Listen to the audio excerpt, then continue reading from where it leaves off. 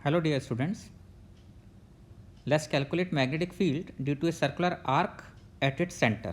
जैसा कि आप फिगर में देख सकते हैं, इस सर्कुलर आर्क ए बी दिया हुआ है which is carrying current I, और ये सेंटर पर थीटा एंगल सबटेंड कर रहा है. Radius of this circular arc is R. We want to calculate magnetic field at center. Again हम ऐसे केस में बायो-सेवर्ट लॉ का ही यूज़ करेंगे. एक स्मॉल एलिमेंट कंसीडर करेंगे आई D L. D L element हम इस तरीके से कंसीडर कर सकते हैं यहाँ पर कि सपोज इधर से फाई एंगल पर एक स्मॉल एलिमेंट कंसीडर कर रहे हैं. This angle is D phi, so that this small segment, length of this small segment become r d phi and current element become r I r d phi. I dot dl होता था, so dl length here equal to r d phi. इसकी direction बच्चों किस तरफ होती थी? जिस direction में करंट फ्लो हो रहा है, और करंट यहाँ पर किधर फ्लो हो रहा है? टेंजेंट के अलोंग. तो I r d phi vector और r वेक्टर, R vector position vector of C with respect to this current element, इनके बीच में एंगल 90 डिग्री है. तो इसकी वजह से अगर हम मैग्नेटिक फील्ड डी बी लिखना चाहेंगे using Biot Savart law, D B होता है mu not by 4 pi I D L sine theta divided by R square. Magnitude में केवल लिख रहा हूँ. और अगर आप डायरेक्शन इसकी देखना चाहेंगे तो आई डी एल वैक्टर और आर वेक्टर, आईडीएल वेक्टर और आर वेक्टर में क्रॉस प्रोडक्ट अगर करेंगे आईडीएल क्रॉस आर, तो जो इसकी डायरेक्शन आएगी वो इन्वर्स आ जाएगी. तो magnetic field at point C is inverse. Direction is into the plane due to all elements.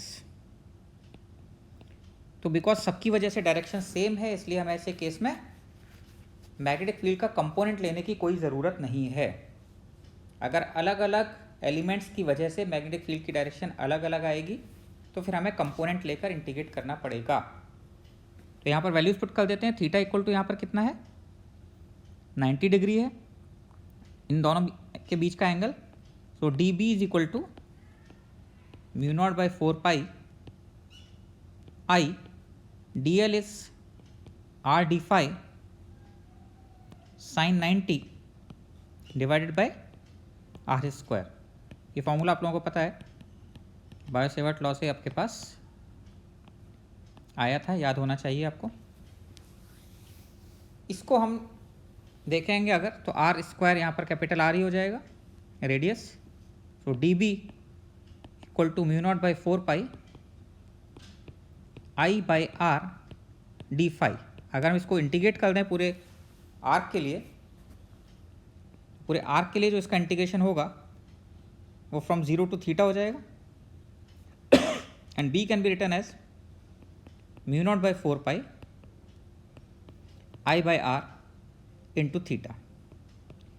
ये आपके पास एक फॉर्मूला बन जाता है कि अगर कोई भी सर्कुलर आर्क सेंटर पर थीटा एंगल सबटेंड कर रहा है तो उसका जो मैग्नेटिक फील्ड है वो mu not by 4 pi I by R into theta होगा. ये चीज़ यहाँ पर ध्यान रखें कि यहाँ पर थीटा को रेडियंस में लिखना है, थीटा को रेडियन में पुट करना है. अगर हम इसकी जगह मान लीजिए पूरा सर्कुलर आर्क ले लेते, if you consider a complete circular arc,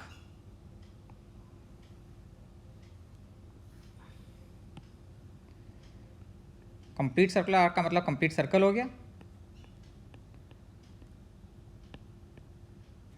तो इस कंप्लीट सर्कल के सेंटर पर अगर आप मैग्नेटिक फील्ड निकालना चाहते बी एट सेंटर, तो बी एट सेंटर के लिए mu not by 4 pi I by are into theta होता.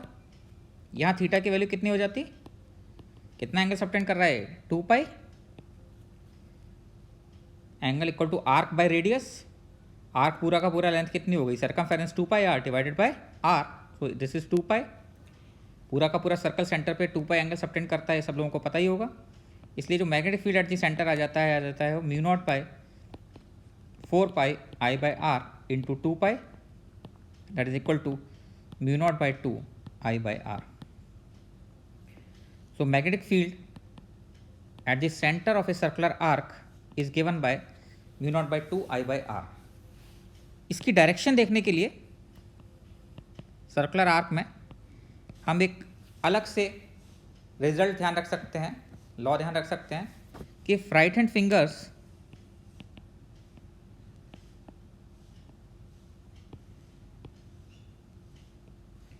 Are curved along the current, then outstretched thumb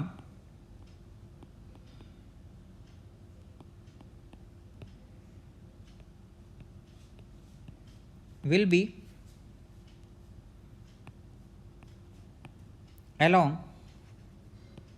magnetic field. और ये बच्चों ध्यान रखो इस चीज़ को कि इसका जो मैग्नेटिक फील्ड है थंब की वजह से will be along magnetic field not only at centre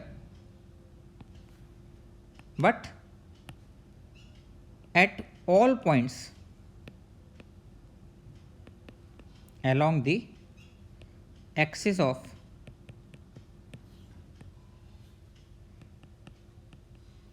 circle. तो ये चीज़ ध्यान रखिएगा कि आपको मैग्नेटिक फील्ड की कैलकुलेशन जो है इसमें, मैग्नेटिक फील्ड की कैलकुलेशन तो इससे आ जाएगी सीधे mu not by 2 I by are.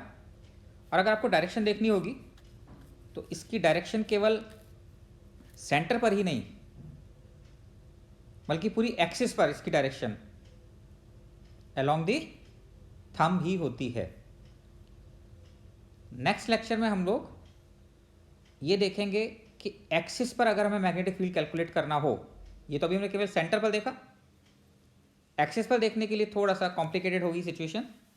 Next lecture में देखेंगे अगर एक्सिस पर मैग्नेटिक फील्ड कैलकुलेट करना होगा तो वो कितना आएगा और उसे किस तरीके से कैलकुलेट किया जाएगा। Okay, have a good day.